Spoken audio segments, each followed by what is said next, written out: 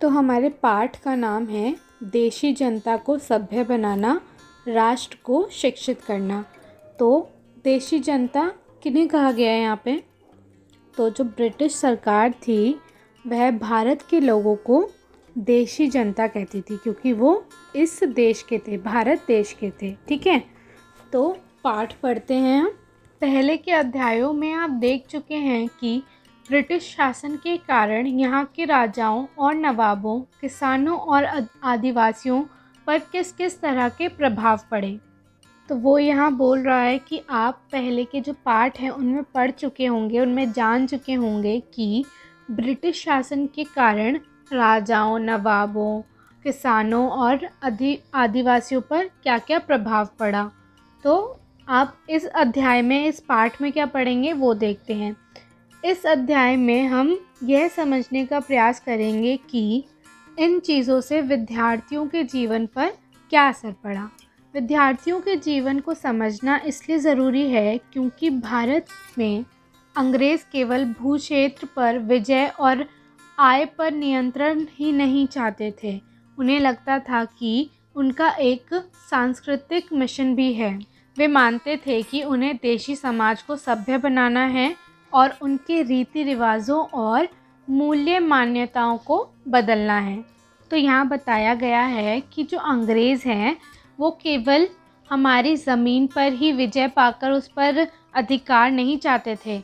वो समझते थे कि उनका एक सांस्कृतिक मिशन भी है जिसमें वो देशी समाज को सभ्य बनाना चाहते थे और उनके रीति रिवाजों और वो जो भी मान्यताएं मानते हैं उनको वो बदलना चाहते थे। अब आगे पढ़ते हैं। इसके लिए कौन से बदलाव लाए जाने थे? भारतीयों को शिक्षित, सभ्य और अंग्रेज़ों की सोच के मुताबिक अच्छी प्रजा बनाने के लिए कौन से कदम उठाए जाने थे? तो अंग्रेज़ों को लगता था कि अगर भारतीयों को शिक्षित करेंगे, उन्हें सभ्य बनाएंगे तो वो बहुत अच्छी प्रजा बनेंगे, मतलब बहुत अच्छे लोग बनेंगे जो उनकी बात सुनेंगे। तो उसके लिए कौन कौन से कदम उठाए जाने थे? अंग्रेज़ों के पास भी इन सवालों के कोई बने बनाए जवाब नहीं थे। इन सवालों पर कई दशक तक बहस चलती रही।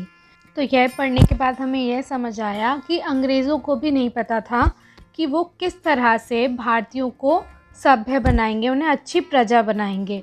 तो इस चीज़ पर बहुत सालों तक, बहुत दशक तक बात चलती रही, बहस होती रही कि किस किस तरह से भारतीय समाज को सभ्य बनाएंगे, भारतीय लोगों को सभ्य बनाएंगे और उन्हें अच्छी प्रजा बनाएंगे। अब आगे पढ़ते हैं।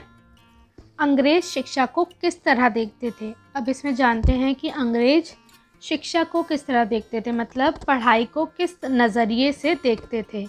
आइए सबसे पहले इस बात पर ध्यान दें कि शिक्षा के क्षेत्र में अंग्रेज़ क्या सोच रहे थे और शिक्षा के जो विचार हमें आज सहज सामान्य दिखाई देते हैं वह पिछले 200 सालों में किस तरह विकसित हुए। इस पड़ताल के दौरान हम इस बात पर भी विचार करेंगे कि भारतीयों ने ब्रिटिश विचारों पर कैसी प्रतिक्रिया दी और इस बारे में अंग्रेज़ों के विचार किस तरह विकसित हुए कि भारतीयों को कैसे पढ़ाया जाएगा। तो हम इस पाठ में आगे यही देखेंगे कि अंग्रेज़ शिक्षा को कैसे देखते थे और 200 साल पहले भारतीय शिक्षा कैसी थी और उसमें क्या क्या बदलाव आए।